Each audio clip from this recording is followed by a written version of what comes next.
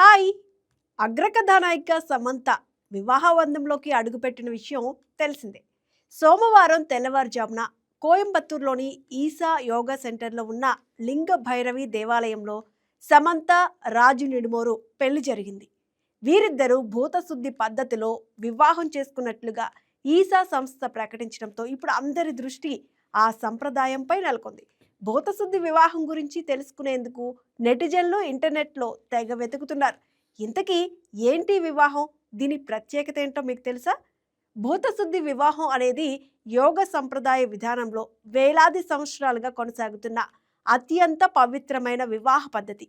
ఇందులో పేరుకు తగ్గట్లుగానే ఆలోచనలు, భావోద్వేగాలు లేదా భౌతికతకు అతీతంగా దంపతుల మధ్య లోతైన బంధాన్ని ఏర్పరిచేందుకు రూపొందించిన విశిష్టమైన ప్రక్రియే ఈ వివాహం. లింగభైరవి ఆలయాల్లో ఎంపిక చేసిన ప్రదేశాల్లో నిర్వహించే ఈ వివాహ క్రతువు వధూవరుల దేహాల్లోని పంచభూతాలను శుద్ధి చేస్తుంది. వారి దాంపత్య ప్రయాణంలో సామరస్యం, శ్రేయస్సు, ఆధ్యాత్మికత వెల్లివిరిసేలా దేవి అనుగ్రహాన్ని ప్రసాదిస్తుందని నమ్ముతారు. సాధారణంగా హిందూ జంటలకు చేసే సంప్రదాయ మంత్రోచ్చారణలతో పాటు వధూవరుల శరీరం, మనస్సు, జీవశక్తి స్థాయిలను సమన్వయం చేసే యోగిక క్రతువులతో ఈ వివాహం జరుపుతారు. ఈసా ఫౌండేషన్ మాత్రమే ఈ వివాహాలను చేస్తుంది.